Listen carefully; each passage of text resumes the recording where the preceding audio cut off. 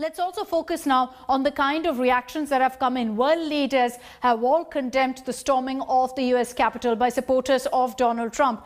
Now, Prime Minister Narendra Modi also tweeted saying he was distressed to see the news about rioting and violence in Washington. He also added that orderly and peaceful transfer of power must continue. In the United States itself, many leaders have spoken out. Former President Barack Obama put out a detailed statement saying that the violence was incited by Trump's lies on unlawful election claims. Condemning the attack, you had the 43rd American President George W. Bush saying he was appalled by the reckless behavior of some political leaders and the lack of respect shown for America's institutions and traditions.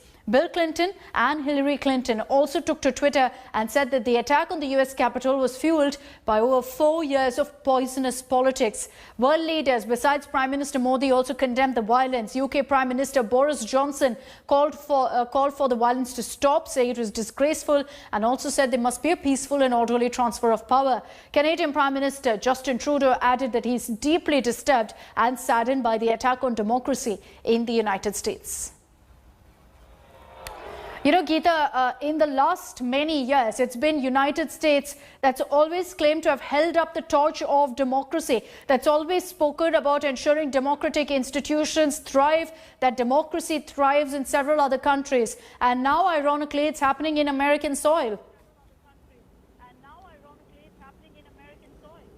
Well, that's right, but many on various platforms, Akshita, very interestingly have also said that let's not forget America is also a country that was built on violence.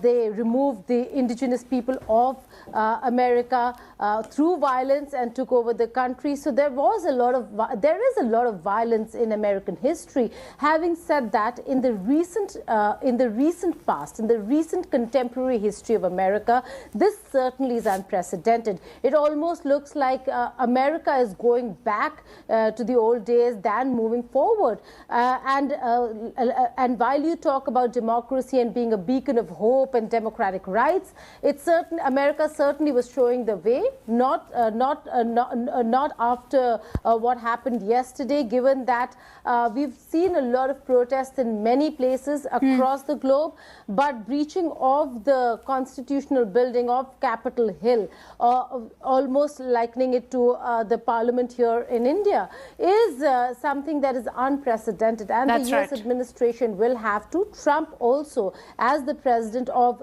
America, will have to now introspect as to how they are going to now say things about or talk about democracy and democratic rights. We know that if this was a case in any other country, US would have been the first country to come out and not just comment but also condemn and maybe take action. We do not really know.